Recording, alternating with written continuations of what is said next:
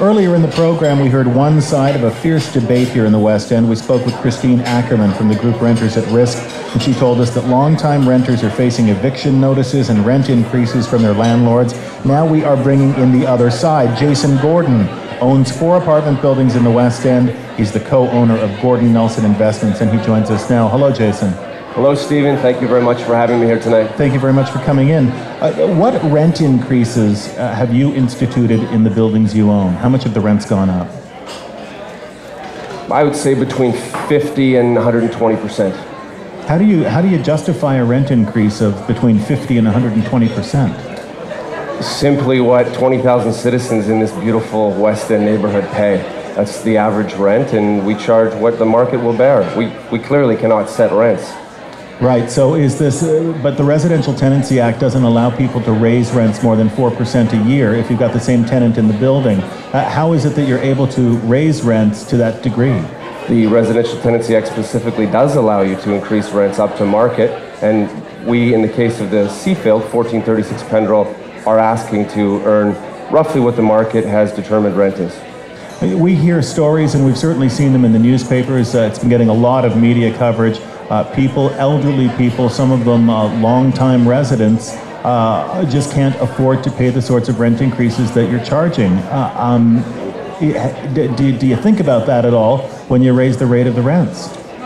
In some cases we do, and in some cases we actually work out deals with people in other buildings. Roland is probably who you're referring to. He seems like a very good man. I've been in his apartment a couple times. He's got a firm handshake. He's never once expressed any concerns, any financial concerns to me.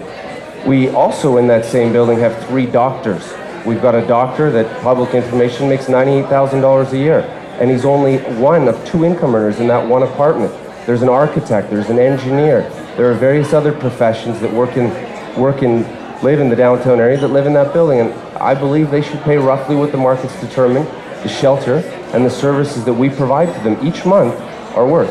How have you determined what the rents in the area are? Have you surveyed other buildings, have you, or how have you set the rental rates? Each of the 14 suites in that building received a 200-page document that we put together using Vancouver Sun, Craigslist, appraisal documents, going to individual buildings. We looked at 129 buildings in the West End over the past 2 to 3 months, and we put that together and presented it to each of the individual residents of that building.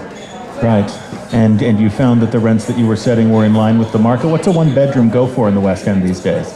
Rents in the West End go for roughly $2.10 a square foot, and much like Christine mentioned earlier on the show, there are all kinds of variables or attributes in each apartment, and $2.10 is the rough average. CMHC has their average as about $1.90 per square foot.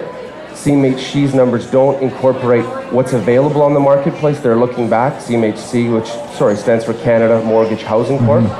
The residents of the Seafield pay $1.10 per square foot right now. Spencer, who was on your show earlier, who I quite like, had lunch with him 10 days ago, mentioned that Roland's apartment is extremely small. Spencer knows differently. He's looking for votes. That apartment that Roland and his sister live in is 1,250 square feet. Right.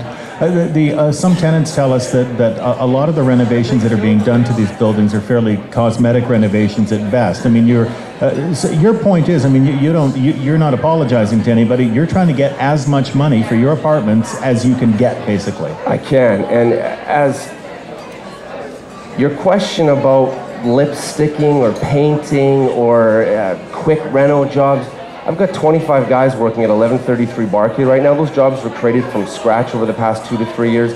We comprehensively renovate these buildings. I've invited the people here today. I've invited Spencer. I've invited anybody that wants to come to our buildings to come and take a look.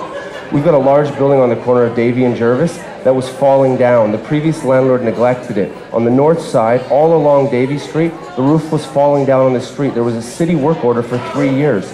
We are fixing it.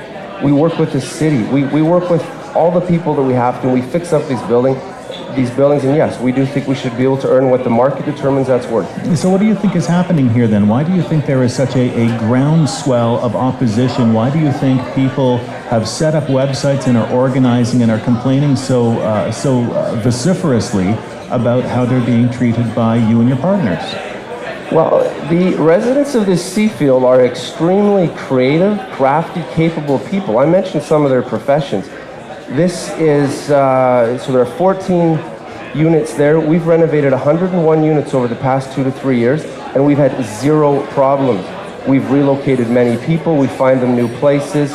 We've, in many cases, let people stay in the building, ask them to stay, and they've offered to pay more because we fix up the suites quite amazing. I'd offer for you to come by 1133 Barclay. It's just around the corner here. Seafield residents have a little bit of a different agenda. These are doctorate professors that may have an advantage to getting publicity. They've been extremely good in working with individuals like yourself to get press. I'm not sure what their goal is, but they've had no interest in sitting down and finding creative solutions. I've met them all personally. I knock on their doors. We're not a faceless corporation.